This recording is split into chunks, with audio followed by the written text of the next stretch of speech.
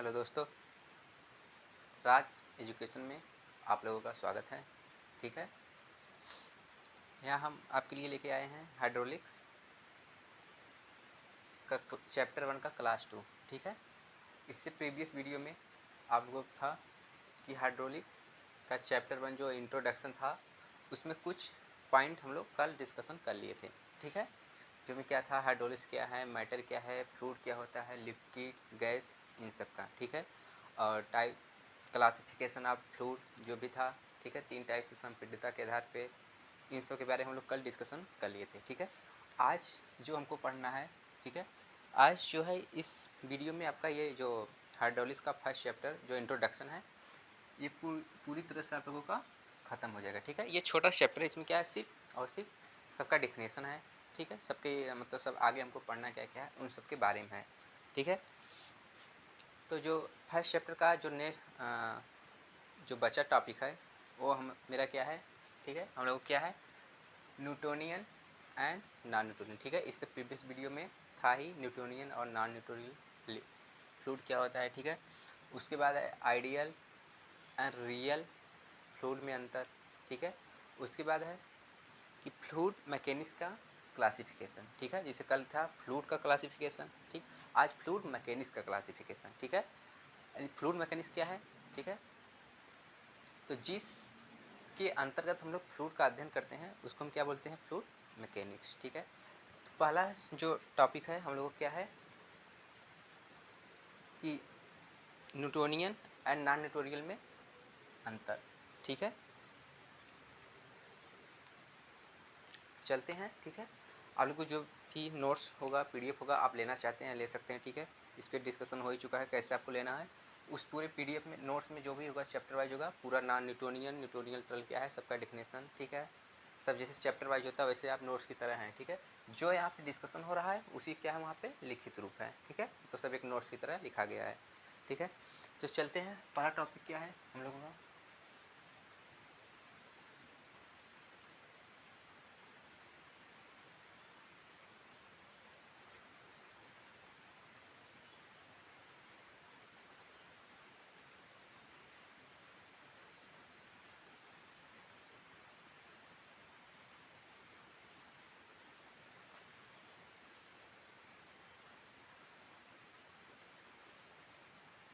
ठीक है, ये है। ठीक है, न्यूटोनियन एंड नॉन न्यूटोनियन में अंतर। ठीक है, तरल में अंतर। ठीक है, न्यूटोनियन एंड नॉन न्यूटोनियन तरल क्या होता है उसके में अंतर है। ठीक है, तो इससे प्रीवियस वीडियो जो भी था क्लास 1, ठीक है, इंट्रोडक्शन का, उसमें बताए थे न्यूटोनियन तरल क्या होता है, न्यूटोनियन फ्लूइड क्या होती है। ठीक है, उसमें था वे तरल पदार्थ जो न्यूटन के, ठीक है, ऐसे हम यहाँ पार्ट वाइज कर देते हैं। ठीक है, इस साइड लिखना है हमको न्यूटोनियन के बारे में। ठीक है, यहाँ क्या लिखना है, नॉन न्यूटोनियन। ठीक है, ये मेरा है, ये क्या है, न्यूटोनियन। ठीक है, अब इसमें हमको पॉइंट वाइज बना के लिखना है। ठीक है, तो पहला पॉइंट इसमें होता क्या है कि इसका डिफिनेशन ही होता है एक प्रकार का। ठीक है, कि वे तरल पदार्थ यानी न्यूटोनियन वे तरल पदार्थ होते हैं जो न्यूटन के, ठीक है, न्यूटन के श्यानता का नियम, जो श्यानता का नियम होता है उसका जो इक्वेशन होता है उसको पूर्ण रूप से फॉलो करते हैं। ठीक है, इसका मतलब क्या है कि जो न्यूटोनियन तरल होते हैं, ठीक है, वे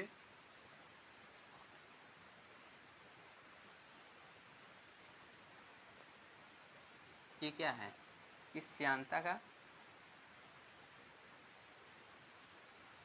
समीकरण है किसका, न्यूटन का। ठीक है, तो वे तरल पदार्थ, ठीक है, जो न्यूटन के श्यानता का समीकरण का पूर्ण रूप से पालन करते हैं यानी फॉलो करते हैं उसको हम क्या बोलते हैं, न्यूटोनियन। ठीक है, इसमें क्या होगा, नॉन न्यूटोनियन में ये पालन नहीं करते हैं। ठीक है, ये होगा। ठीक है, अब सेकेंड पॉइंट इसमें इसका क्या होगा, अंतर। ठीक है, सेकेंड पॉइंट क्या होगा कि जो न्यूटोनियन तरल है इसका जो श्यानता है ये विरूपण के दर, ठीक है, कि अगर ये जो न्यूटोनियन तरल है, ठीक है, उसमें अगर विरूपण होता है उसमें डिफॉर्मेशन होता है। ठीक है, डिफॉर्मेशन मतलब क्या, अलग हो जाना, ठीक है, उसमें क्रैक वगैरह आ जाना, ठीक है, उसका कटाव हो जाना, ठीक है, उसमें किए क्या है, डिफॉर्मेशन यानी विरूपण, ठीक है, उसके उसके आकार चेंज में परिवर्तन, ठीक है, उसके जो भी आकार होगा वो भी परिवर्तन, ठीक है। तो ये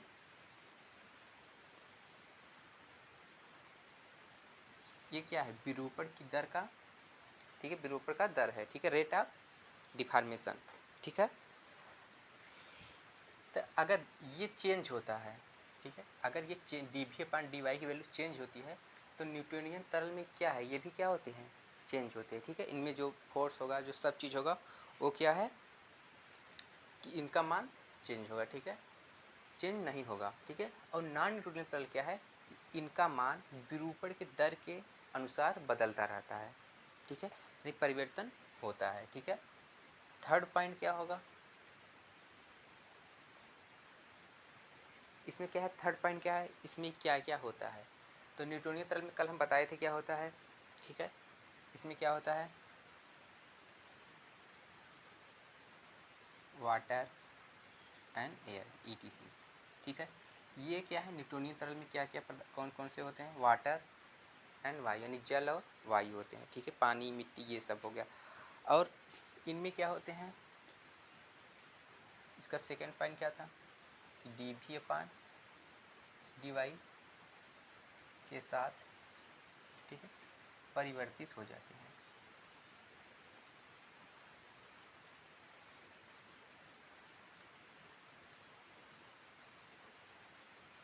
परिवर्तित हो जाते हैं, ठीक है। अब थर्ड पॉइंट क्या होगा इसमें, ठीक है, इसमें क्या होगा, इसमें क्या क्या आता है, रक्त, ठीक है, पॉलीमर,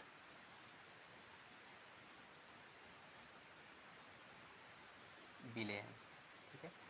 इसमें बस जो भी होगा ये इम्पॉर्टेंट टॉपिक है, ठीक है, एग्जाम में जरूर पूछा जाएगा इसमें से, या तो न्यूटोनियन एंड नॉन न्यूटोनियन तरल में अंतर लिखने के लिए दे सकता है आपको, ठीक है, या तो आदर्श तरल एंड व्यवहारिक तरल यानी ideal fluid and real fluid में आपको ये अंतर लिखने के लिए दे सकता है, ठीक है। तो इसमें करना कुछ नहीं है, पहला पॉइंट क्या हमको बनाना है, ये न्यूटोनियन तरल न्यूटन के श्यानता का नियम का पालन करते हैं, जबकि नॉन न्यूटोनियन क्या है, न्यूटन के श्यानता समीकरण का पालन नहीं करते हैं।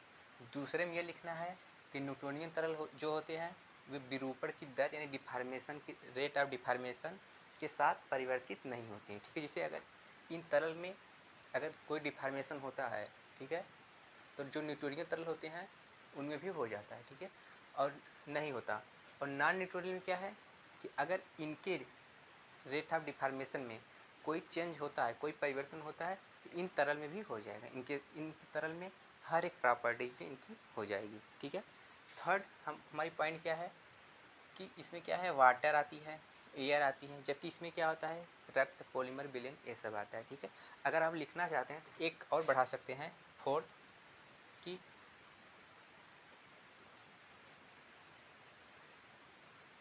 इन्हें दबाया जा सकता है, ठीक है। और नॉन न्यूटोनियन क्या है,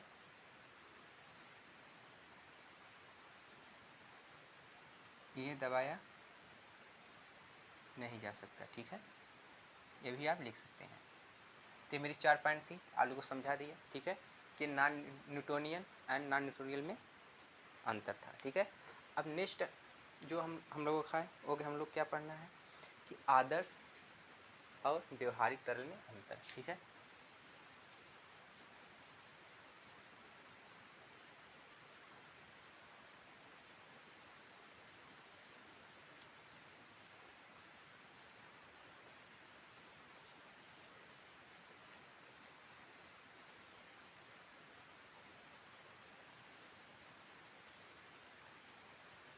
अब आदर्श तरल यानी आइडियल फ्लूइड और रियल फ्लूइड क्या होते हैं, इसकी चर्चा प्रीवियस वीडियो में जो लेक्चर था उसमें हो गया है।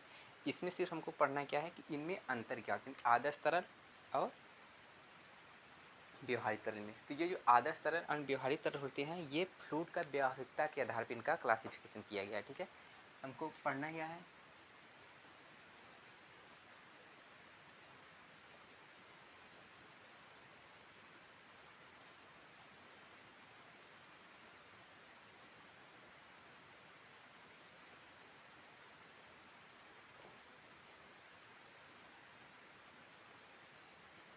हमको यही पढ़ना है कि आदर्श तरल और व्यवहारिक तरल में अंतर। ठीक है, एक साइड हो क्या जाएगा, इसको इंग्लिश में क्या बोलते हैं, आइडियल फ्लूइड।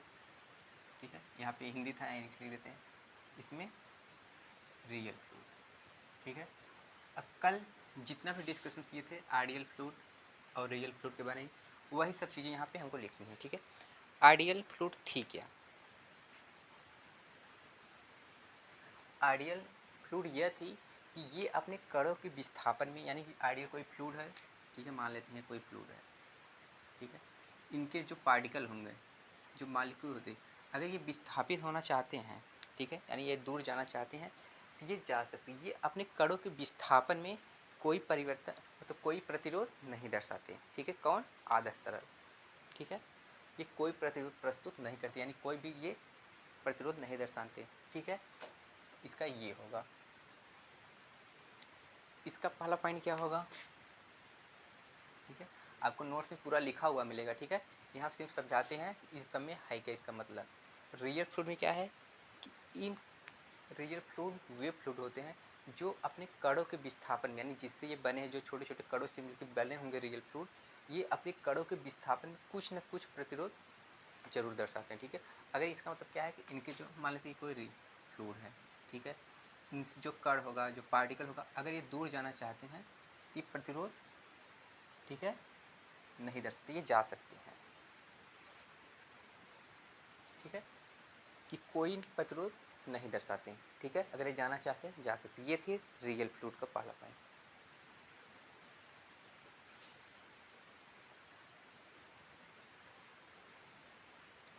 ठीक है,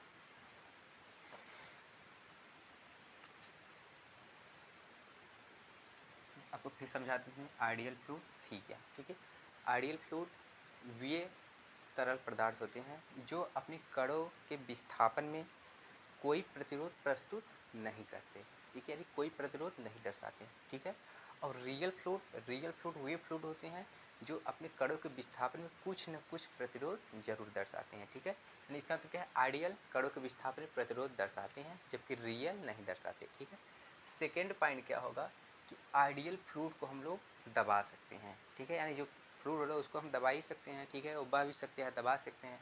तो आइडियल फ्लूइड को हम लोग क्या कर सकते हैं, इसे आसानी से दबाया नहीं जा सकता। ठीक है, जबकि रियल फ्लूइड को हम दबा सकते हैं। ये थी व्यवहारिक तरल। ठीक है, आइडियल में क्या है कि आइडियल फ्लूइड को हम लोग दबा नहीं सकते। ठीक है, अगर इसको दबाना चाहे तो नहीं दबा सकता, लेकिन रियल फ्लूइड क्या है, इसे आसानी से दबाया जा सकता है। ठीक है, दबा तो दोनों जा सकते हैं, लेकिन है क्या कि आइडियल फ्लूइड को हम लोग आसानी से नहीं दबा सकते, जबकि रियल फ्लूइड को हम लोग आसानी से दबा सकते हैं। ठीक है, अब इस पर जो इम्पॉर्टेंट पॉइंट कल थी कि जो आइडियल फ्लूइड होते हैं ये श्यानता व पृष्ठ तनाव। ठीक, यानी ये श्यानता व पृष्ठ तनाव का कोई गुण नहीं रखते। ठीक है, यानी ये श्यानता व पृष्ठ तनाव का गुण इनमें नहीं पाया जाता। ठीक है, या नहीं रख सकते, नहीं पाया, आप कोई भी लिख सकते हैं, नहीं पाया जाता है। ठीक है, यानी कि इसमें श्यानता, ठीक है, इसमें श्यानता और पृष्ठ तनाव, ठीक है, इसमें कोई भी इसमें नहीं पाया जाता। अब इसमें क्या है लिखेंगे,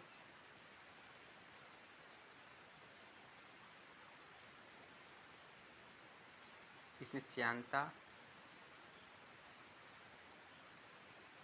पृष्ठ तनाव, ठीक है, के गुण पाए जाते हैं। ठीक है, ये श्यानता व पृष्ठ तनाव का गुण इसमें नहीं पाया जाता, और रियल फ्लूइड में क्या है, इसमें श्यानता व पृष्ठ तनाव का गुण पाया जाता है। ठीक है, थोड़ा बहुत ही पाया जाता है पर पाया जाता है। ठीक है, अब आइडियल फ्लूइड में आती क्या है, इसका लिखेंगे वाटर हो गया। ठीक है, वाटर वायु, ठीक है, यानी एयर। ठीक है, और इसमें क्या आती है, इसमें था कल ही आप लोग बताए थे, क्या हो, जैसे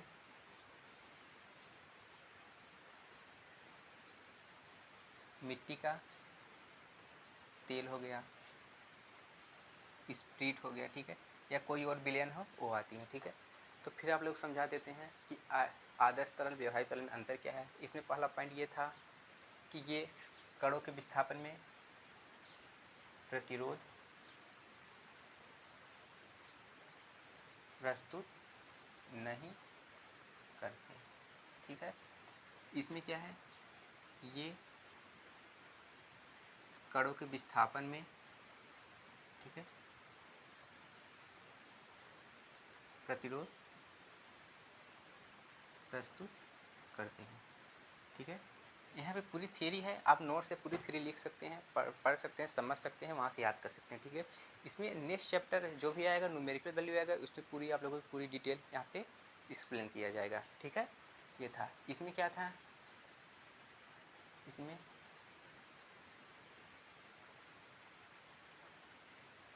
आसानी से दबाया नहीं जाता है, ठीक है, इसे आसानी से नहीं दबाया नहीं जा सकता है, ठीक है। इसमें क्या है, सेकेंड, इसे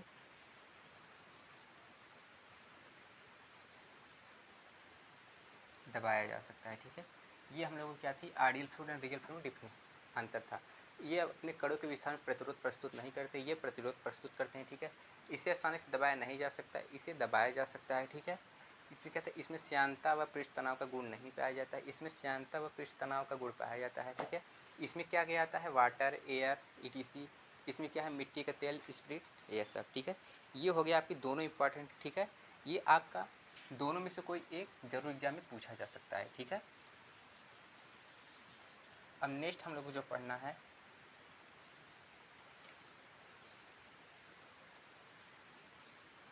वो हम लोगों का है फ्लूइड मैकेनिक्स, ठीक है, जो कि इस चैप्टर का सबसे इम्पोर्टेंट टॉपिक है कि फ्लूइड मैकेनिक्स क्या होता है, ठीक है।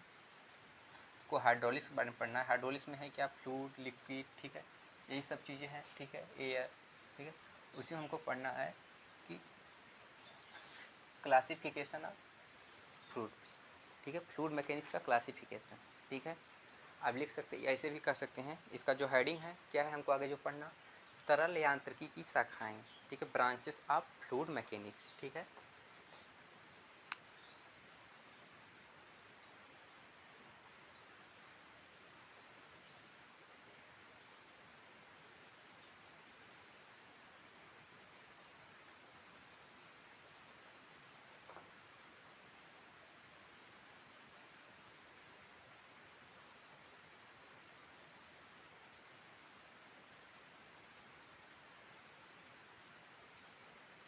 देखिए, ये आप लोगों की हेडिंग है, ठीक है, तरल यांत्रिकी शाखाएं यानी ब्रांचेस ऑफ फ्लूइड मैकेनिक्स, ठीक है। अब फ्लूइड मैकेनिक्स है क्या, ठीक है, फ्लूइड मैकेनिक्स तरल यांत्रिकी, हम तरल के बारे में यानी जो फ्लूइड पढ़े, चाहे आइडियल फ्लूइड हो, चाहे रियल हो, चाहे न्यूटोनियन हो, चाहे नॉन न्यूटोनियन है, जितने भी तरह आदर्श प्लास्टिक, ठीक है, जितने भी फ्लूइड थे उन सब की उनकी व्यवहार, उनकी प्रॉपर्टीज़, ठीक है, उनके बारे में जितनी भी हम लोग अध्ययन करते हैं वो सब किस में करते हैं हम लोग, फ्लूइड मैकेनिक्स में, ठीक है। अगर आप फ्लूइड मैकेनिक्स की डिफिनेशन देना चाहते हैं तो ऐसे देख सकते हैं कि तरल पदार्थों की व्यवहार तथा तरलों पर कार्य कर रहे बलों का अध्ययन, ठीक है, उनके बलों के व्यवहार का अध्ययन, जिसमें जिस यांत्रिकी में करते हैं उसे हम क्या बोलते हैं, फ्लूइड मैकेनिक्स, ठीक है। तरलों का अध्ययन जिसमें हम करते हैं उसे हम क्या बोलते हैं, फ्लूइड मैकेनिक्स, ठीक है। अब फ्लूइड मैकेनिक्स कितने भागों में बटा के है, आप पार्ट भी बोल सकते हैं, ब्रांच भी बोल सकते हैं, टाइप्स बोल सकते हैं, ठीक है, आप कुछ भी बोल सकते हैं यहाँ पे, ठीक है। तो ये जो बांटा गया है ये मुख्यतः दो पार्ट में बांटा गया है, ठीक है। पहले जैसे कल था तरलों का वर्गीकरण, ठीक है, क्लासिफिकेशन ऑफ था फ्लूइड, ठीक है। यहाँ कल क्लासिफिकेशन ऑफ फ्लूइड था, इससे प्रीवियस वीडियो आपको मिलेगा, ठीक है। और इसमें क्या है, फ्लूइड मैकेनिक्स का क्लासिफिकेशन, ठीक। इसमें पहला जो होता है, इसमें दो पार्ट होते हैं फ्लूइड मैकेनिक्स के। पहला होता है,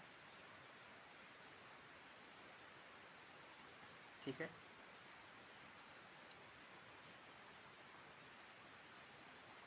गैस यांत्रिकी,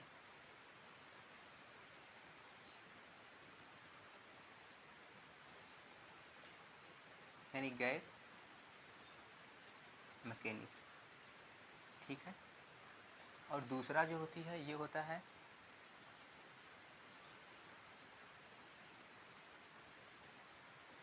द्रव यांत्रिकी, ठीक है।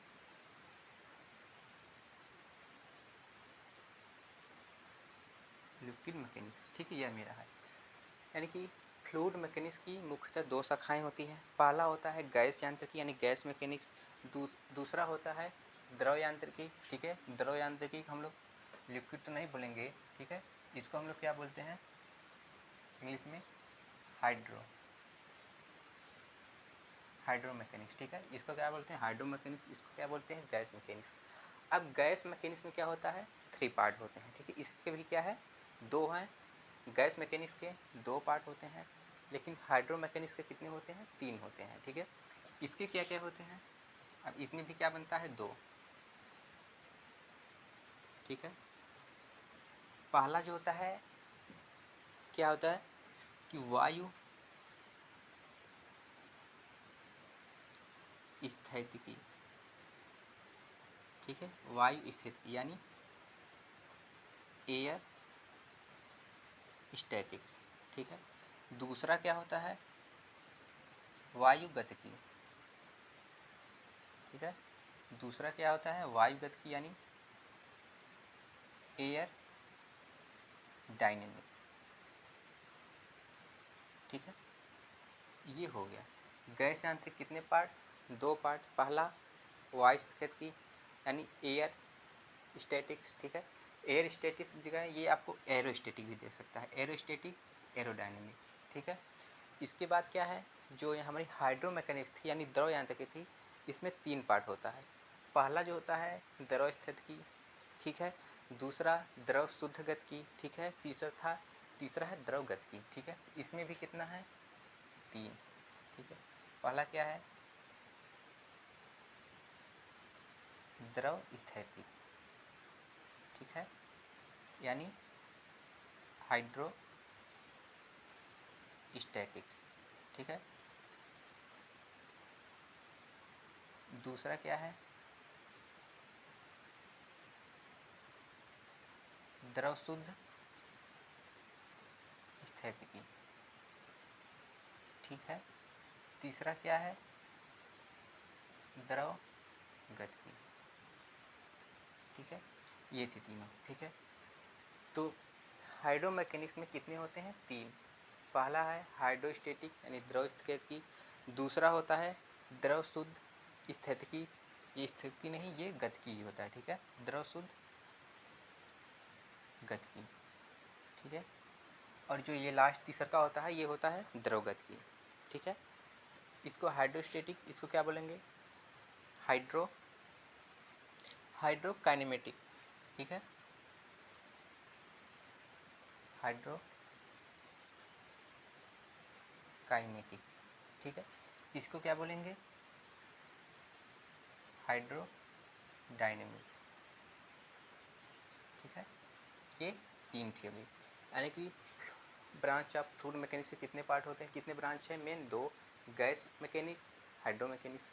गैस मैकेनिक्स में 2 पार्ट एरोस्टैटिक एरोडायनेमिक, हाइड्रो मैकेनिक्स में 3 पार्ट हाइड्रोस्टैटिक हाइड्रोकाइनेमेटिक, अब हाइड्रोडायनेमिक, ठीक है। अब ये है क्या, ये तो हो गया इसका क्लासिफिकेशन। अब सबके बारे में हमको पढ़ना है, एरोस्टैटिक क्या है, ठीक है, एरोडायनेमिक क्या है। तो पहला हम चर्चा करते हैं कि एरोस्टैटिक है क्या, ठीक है। एरोस्टैटिक मानो स्टैटिक्स मतलब होता क्या है जान लीजिए, ठीक है। ये स्टैटिक मतलब होता है स्थिर, ठीक है। और डायनेमिक मतलब क्या होता है गति, ठीक है। ये स्थिर मतलब क्या है, कोई चीज़ स्थिर है, रुका हुआ है, चल नहीं रहा है। गति मतलब क्या है, वो मोशन अवस्था में है, ठीक है, वो गति कर रहा है। तो अब है एरोस्टैटिक, वायु स्थिति यानी वायु स्थिर, ठीक है, यानी कि जिसमें हम वायु के विरामावस्था में जब किसी का हम अध्ययन करेंगे तो हम क्या बोलेंगे उसको एरोस्टैटिक, ठीक है। उस ब्रांच को हम, ये भी क्या है सब ब्रांच ही है, ठीक है, सिर्फ ये गैस में आता है, ये सब हाइड्रो में आती है, ठीक है। तो एरोस्टैटिक क्या है, इसमें हम, ठीक है, इसमें हम किसी द्रव के, ठीक है, द्रव, ठीक है, इस गैस के अंदर क्या है, इसमें हम वायु के उसके स्थिर अवस्था में हम लोग अध्ययन करते हैं। ठीक है, अब अध्ययन किसका करेंगे, वायु स्थिर अवस्था में तो कैसा हो, उसकी प्रॉपर्टीज क्या होगी, उसकी नेचर क्या हो गया, या उसकी और सब वैल्यू, यानी इसके व्यवहार के बारे में हम अध्ययन करेंगे। कब, जब ये स्थिर रहेगा तब। ठीक है, अब है दूसरा है ये वायुगतिकी। ठीक है, जब ये इसके स्थिर अवस्था में वायु के में अध्ययन कर रहे हैं तो उसको वायु स्टैटिक बोल रहे हैं। जब हम वायु के गति अवस्था में, यानी जो वायु चल रही स्थिर नहीं है, गतिमान अवस्था में है, तो उसका व्यवहार क्या होगा, उसकी प्रॉपर्टीज, उसकी नेचर क्या है, इसके बारे में जो हम अध्ययन करेंगे उसको हम बोलेंगे एरोडायनेमिक। ठीक है, तो गैस मैकेनिक्स से दो पार्ट है, एरोस्टेटिक यानी वायु के स्थिर अवस्था में जब हम अध्ययन करेंगे तो उसको हम एरोस्टेटिक बोलेंगे। जब वायु के हम गतिमान अवस्था में अध्ययन करते हैं तो उसको हम बोलते हैं एरोडायनेमिक। ठीक है, अब बात आती है, इसमें है कुछ नहीं, बस यही पॉइंट है कि एरोस्टेटिक क्या है, एरोडायनेमिक क्या है। जो वायु के स्थिर अवस्था में हम अध्ययन करेंगे उसके व्यवहार में तो क्या बोलेंगे हम, वायु स्टैटिक। उसके गतिमान अवस्था में जब अध्ययन करेंगे उसको हम क्या बोलेंगे, एरोडायनेमिक। ठीक है, अब ये बात थी गैस मैकेनिक्स। अब आते हैं हाइड्रो मैकेनिक्स। ठीक है, तो हाइड्रो मैकेनिक्स में कितनी शाखाएं होती हैं, 3 शाखाएं होती हैं। पहला है हाइड्रोस्टैटिक्स, हाइड्रोकाइनेमेटिक, हाइड्रोडायनेमिक। अब हाइड्रोस्टैटिक क्या है, ठीक है, जैसे यहाँ एरोस्टैटिक था, यहाँ क्या है हाइड्रोस्टैटिक, यानी कि द्रव, जब द्रव के हम स्थिर अवस्था में उसके व्यवहार के बारे में अध्ययन करेंगे, जानेंगे क्या है कैसे है, ठीक है, स्थिर अवस्था में, तो उसको हम क्या बोलेंगे, हाइड्रोस्टैटिक। ठीक है, द्रव के जब हम स्थिर अवस्था में उसके व्यवहार, इस पर कार्य कर रहे बलों, ठीक है, जितना भी होगा इसके बारे में चर्चा करेंगे, उसको हम क्या बोलते हैं, हाइड्रोस्टैटिक। यह एक ब्रांच है, कोई ये डिफिनेशन या कोई थ्योरी ये नहीं है, यह एक क्या है, फ्लूइड मैकेनिक्स का ब्रांच है। ठीक है, ये हो, इसमें हम करते क्या हैं, तो हाइड्रोस्टैटिक में हम क्या करते हैं, हम द्रव के बारे में अध्ययन करते हैं, लेकिन वो द्रव कैसा होना चाहिए, ठीक है, स्टैटिक होना चाहिए, यानी स्थिर, यानी स्थिर होना चाहिए। ठीक है, उसके बाद है दूसरा है द्रव शुद्ध गति। अब यहाँ, ठीक है, यह जो वर्ड है मेरा, शब्द है, ये थोड़ा सा बदला हुआ है। ठीक है, अगर यहाँ द्रव गति रहता तो हम बोलते द्रव के गतिमान अवस्था में अध्ययन करते हैं। ठीक, लेकिन यहाँ है क्या, द्रव शुद्ध गति, यानी शुद्ध आया है, इस शुद्ध का मतलब क्या है ये हमको पता करना है। ठीक है, तो गतिकी है, इसका मतलब क्या है कि हम इसके गतिमान अवस्था में अध्ययन कर रहे हैं। ठीक, लेकिन ये शुद्ध गति का मतलब क्या है, ठीक है, ये हमको समझना है। तो अगर नॉर्मली भाषा में हम समझें, हाइड्रोस्टैटिक तो थी क्या, कि द्रव के स्थिर अवस्था में उसकी व्यवहार का अध्ययन करते हैं। अब व्यवहार में क्या है, इस पर फोर्स कितना लग रहा है, ठीक है, क्या है कैसे है, ये हो गया। ठीक है, तो द्रव शुद्ध गति में यह होता है कि इसके अंतर्गत केवल हम लोग किसकी बात करते हैं, गति की बात करते हैं। ठीक है, और इस पर कार्य कर रहे बलों का अध्ययन हम नहीं करते। ठीक है, जब हम बलों का अध्ययन करेंगे तो इसको हम शुद्ध गति की नहीं बोलेंगे। ठीक है, यानी कि द्रव शुद्ध गति में है क्या, कि इसमें सिर्फ हम द्रव के बारे में अध्ययन करते हैं, न कि द्रव पर कार्य कर रहे बल के बारे में, बलों के व्यवहार के बारे में हम अध्ययन नहीं करते। ठीक है, तो जब हम सिर्फ उसकी गति के बारे में अध्ययन करेंगे तो उसको हम बोलेंगे हाइड्रोकाइनेमेटिक्स। ठीक है, और हम हाइड्रोडायनेमिक का बोलेंगे। ठीक है, तीसरा क्या है, हाइड्रोडायनेमिक यानी द्रव गति। ठीक है, द्रव गति क्या है, कि द्रव गति वो है कि द्रव को उसके गतिमान अवस्था में तथा उस पर कार्य कर रहे बलों का भी हम क्या करते हैं, अध्ययन करते हैं। ठीक है, तो द्रव स्थिति क्या थी, कि द्रव को उसके हम स्थिर अवस्था में हम उसके व्यवहार का अध्ययन करते हैं। दूसरा है द्रव शुद्ध गति, द्रव की गति के बारे में अध्ययन करते हैं। ठीक है, बट इसमें इस द्रव पर कार्य कर रहे बलों के बारे में हम अध्ययन नहीं करते। ठीक है, तीसरा क्या था इसमें, ठीक है, तीसरा है द्रव गतिकी। ठीक है, द्रव को उसके हम गतिमान अवस्था में उसके प्रॉपर्टीज, व्यवहार के बारे में अध्ययन करते हैं, साथ ही इसमें कार्य कर रहे त्वरण, एक्सेलरेशन, ठीक, बल, फोर्स, सबका हम अध्ययन करते हैं। ठीक है, तो आप लोग जरूर ये समझ में आया होगा कि फ्लूइड मैकेनिक्स की कितनी ब्रांच थी। तो 2 ब्रांच है, gas mechanics, hydro mechanics. Gas mechanics में भी 2 ब्रांच होती है, एरोस्टैटिक, एरोडायनेमिक। ठीक है, एरोस्टैटिक क्या है, स्थिर अवस्था में हम अध्ययन करेंगे, एरोडायनेमिक क्या है, वायु का हम गतिमान अवस्था में अध्ययन करेंगे। हाइड्रो मैकेनिक्स में 3 ब्रांच थी। पहला था हाइड्रोस्टेटिक, हाइड्रोकाइनेमेटिक, हाइड्रोडायनेमिक। हाइड्रोस्टेटिक क्या था, द्रव को उसके हम स्थिर अवस्था में अध्ययन करेंगे, ठीक है। हाइड्रोकाइनेमेटिक में क्या थी कि द्रव को उसके हम गतिमान अवस्था में अध्ययन करेंगे, बट द्रव पर कार्य कर रहे बलों का अध्ययन हम नहीं करेंगे। द्रव गति में क्या थी कि द्रव को उसके हम गतिमान अवस्था में अध्ययन करते हैं, साथ ही साथ इस पर कार्य कर रहे त्वरण तथा बलों के बारे में भी हम अध्ययन करते हैं, ठीक है। तो ये रहा आपका फर्स्ट चैप्टर, ठीक है। ये आप लोगों का फर्स्ट चैप्टर था, ठीक है। ये फर्स्ट चैप्टर में जितनी भी टॉपिक थी, ठीक है, ये फर्स्ट चैप्टर आप लोगों को एंड हो गया है, ठीक है। इसमें 2 क्लास थी, एक क्लास जो कि आप लोगों का लोड हो चुका है, ठीक है, एक आज अपलोड हो जाएगा, ठीक है। तो ये हाइड्रोलिक्स का फर्स्ट चैप्टर आप लोगों का एंड होता है। इसमें क्या थी, सब हाइड्रो क्या है, हाइड्रोलिक्स है क्या, उसके बारे में, लिक्विड थी, fluid, types of fluid, branch of fluid mechanics, ठीक है, न्यूटोनियन, नाटो, जितने भी बेसिकली थी, जितने भी फर्स्ट चैप्टर में आप लोग को सिलेबस के अकॉर्डिंग था, वो आप लोगों का यहाँ पे, ठीक है। इस वीडियो में आप लोगों को दोनों वीडियो में, हाइड्रोलिक की 2 वीडियो है फर्स्ट चैप्टर का, उन दोनों में आप लोगों को मिल जाएगा, ठीक है। अगर आप इसका PDF नोट्स कुछ भी लेना चाहते हैं, ठीक है, इसमें क्या है, ये पूरी डिटेलिंग लिखी हुई है, आप नोट्स बनाना चाहते हैं, ठीक है, तो आप उन नोट्स को ले सकते हैं, ठीक है।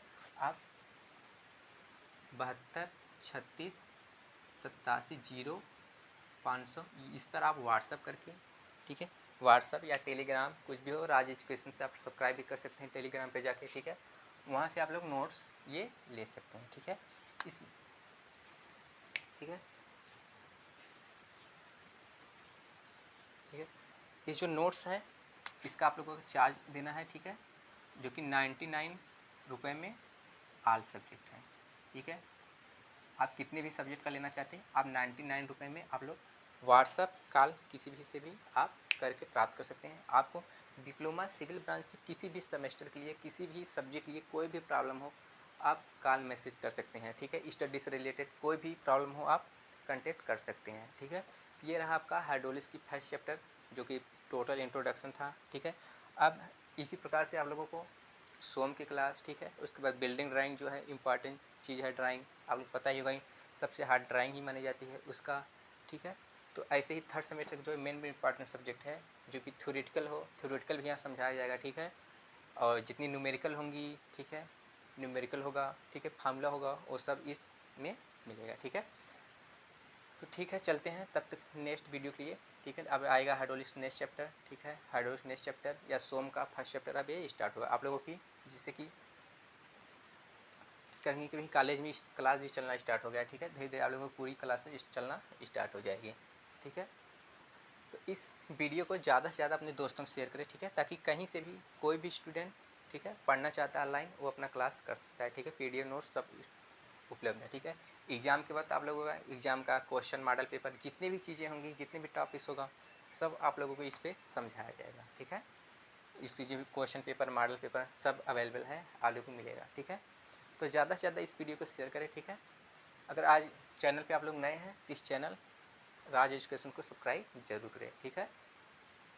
Thanks for watching.